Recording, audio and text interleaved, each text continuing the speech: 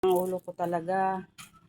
Sipin mo, ilang araw na yan ate hindi naliligo. May 10 araw na. Tapos yung susi niya,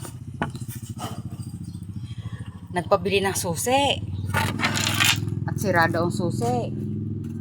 Ang sabi niya, bumili siya ng susi sa nagdadaan, sa naglalako. Yung pala, nagpabili siya doon sa kapitbahay. Tapos, ang kwento niya, 100 daw yung susi. Bago tinawaran daw niya ng 50. Bago kagabi, nawala naman si susi. Nakuha. Ngayon na naman, wala na naman. Sabi ko maligo na at 10 araw nang hindi naliligo. Ay, nagwawala na naman ngayon. Ayun, susi, ewan ko bakit lagi niya kung saan dalahin, lagi niya pinapadak ang bahay. Kasi daw may pumapasok sa kanya, kasi daw may ganito. Ay, hindi ko na alam, talagang sumasakit ng ulo ko. Ganito ako, may hanap buhay pa. Talagang nag-aaga din ako ng oras.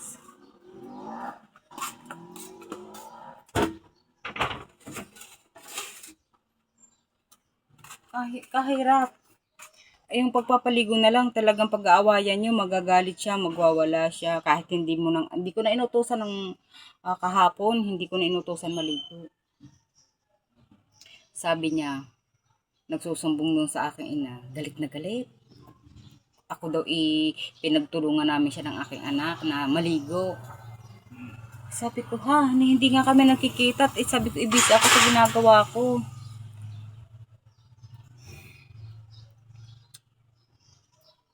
Wala akong magagawa kundi tiyagain talaga siya. Sabi ko nga, kung ayaw maligo, hayaan na lang. Dahil wala, mananakit siya. Pag pipilitin mo siya maligo, mananakit siya. Tapos sabi niya ngayon, naligo daw siya. Hinawakan kong buhok, wala. Tuyo siya. Inamoy ko, hindi rin siya naligo. Pinipilit niya naligo siya. Ang baho na niya. Nahihirapan talaga akong intindihin siya. Guys, ano kaya ang pwedeng mapapayo nyo sa akin sa ganong alagain? Ano lang siya, 76 years old siya, tiyahin ko siya, wala siyang anak. Inuwi siya sa akin dito. Galing yan ng Pampanga. Ngayon, walang nag-aalaga sa kanya. Kinuha nung kamag-anak niya sa Bicol. At sila daw mag-aalaga. Tiyahin din niya. Yung tiyahin ko naman may edad na rin, hindi mo na rin masasabi. At yung kanya naman mga pinsan ng tiyahin ko, hindi rin siya kayang alagaan. So talagang wala na ako magawa nang inuwi na rin dito sa akin. At sabi ko nga sige ako na lang. Total naman, andyan naman ang nanay ko. Pero ang nanay ko may sakit din. Alagain din naman. Sabi ko, sige, wala akong magagawa dyan kundi tanggapin ko. Kung yan nabigay sa akin ng Diyos, tanggapin ko. Kukupin ko, alagaan ko. Kapos-kapos kami sa pera. Talagang kailangan ko maghanap buhay. Itong hanap buhay ko naman na ito dito araw-araw sapat lang din sa pagkain. Salamat sa Diyos.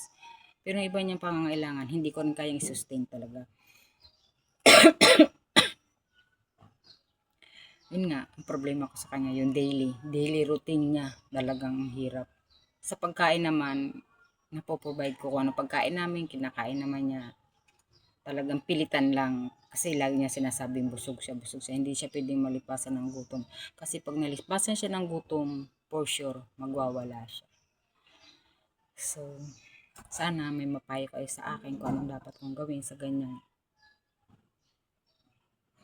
Nagagalit. Pag hindi niya makuha ang isang bagay, nilalak niya ang pinto. Yung aking nanay na pinapasama ko sa kanya, minsan sa labas natutulog dahil ayaw niyang papasukin. Hindi naman siya pwedeng iwanan mag-isa. Diyos ko, kayo na pang bahala sa akin.